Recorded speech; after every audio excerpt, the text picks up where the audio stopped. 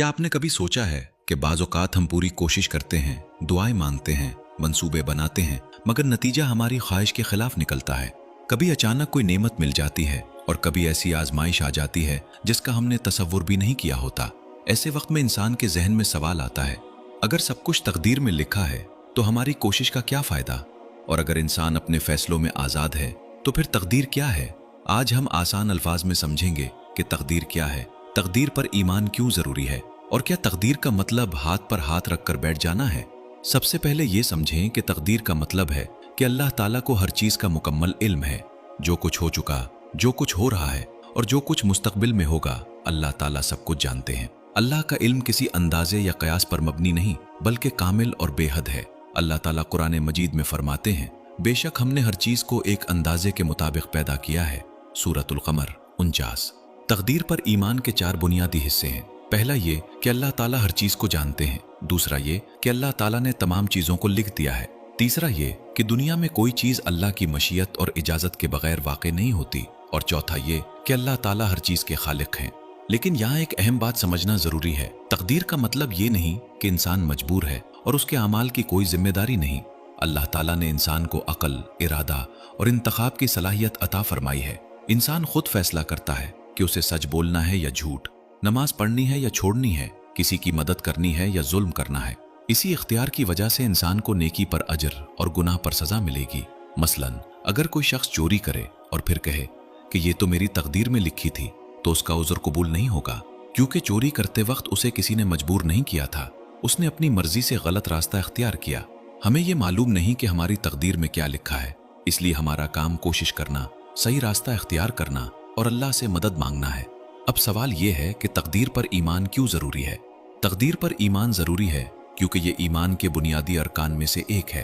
हदीस जिब्रील में नबी करीम सल्लल्लाहु अलैहि वसल्लम ने ईमान की वजाहत करते हुए फरमाया कि ईमान ये है कि तुम अल्लाह, उसके फरिश्तों, उसकी किताबों, उसके रसूलों, आखिरत के दिन और अच्छी और बुरी तकदीर पर ईमान लाओ। इसलिए जो शख्स अल्लाह पर ईमान रखता है उसे अल्लाह की तकदीर पर भी यकीन रखना चाहिए। जब कोई अजीज दुनिया से चला जाए, कारोबार में नुकसान हो, बीमारी आ जाए या कोई मंसूबा नाकाम हो जाए, तो मोमिन जानता है कि यह वाक़या अल्लाह के इल्म से बाहर नहीं था। अल्लाह ताला फरमाते हैं, ज़मीन में और तुम्हारी जानों पर जो मुसीबत भी आती है वो उससे पहले एक किताब में लिखी हुई है। सूरतुल हुदीद 22। इस यकीन का मतलब ये नहीं कि इंसान को दुख नहीं होगा। मोमिन भी रोता है, गमगीन होता है और तकलीफ महसूस करता है, लेकिन वो अल्लाह से बदगुमान नहीं होता।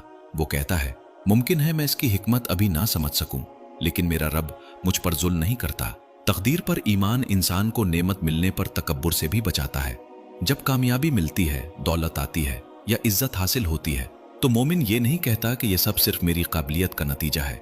वो जानता है कि मेरी मेहनत के साथ अल्लाह का फजल भी शामिल है। इसी तरह तकदीर पर ईमान इंसान को हसद से बचाता है। वो दूसरों की नेमत देखकर जिलता नहीं बल्कि अल्लाह से अपने लिए खैर मानता है। कुछ लोग बार बार सोचते रहते हैं, काश मैं वहां ना जाता, काश मैं ये फैसला ना करता, काश मेरे साथ ऐसा ना होता। इस्लाम हमें अपनी गलती से सबक लेने का हुक्म देता है, लेकिन माजी की कैद में रहने की इजाजत नहीं देता। नबी करीम सल्लल्लाहु अलैहि वसल्लम ने फरमाया कि फायदा देने वाली चीज के हुसूल की कोशिश करो, अल्लाह से मदद मांगो और आजिज ना बनो।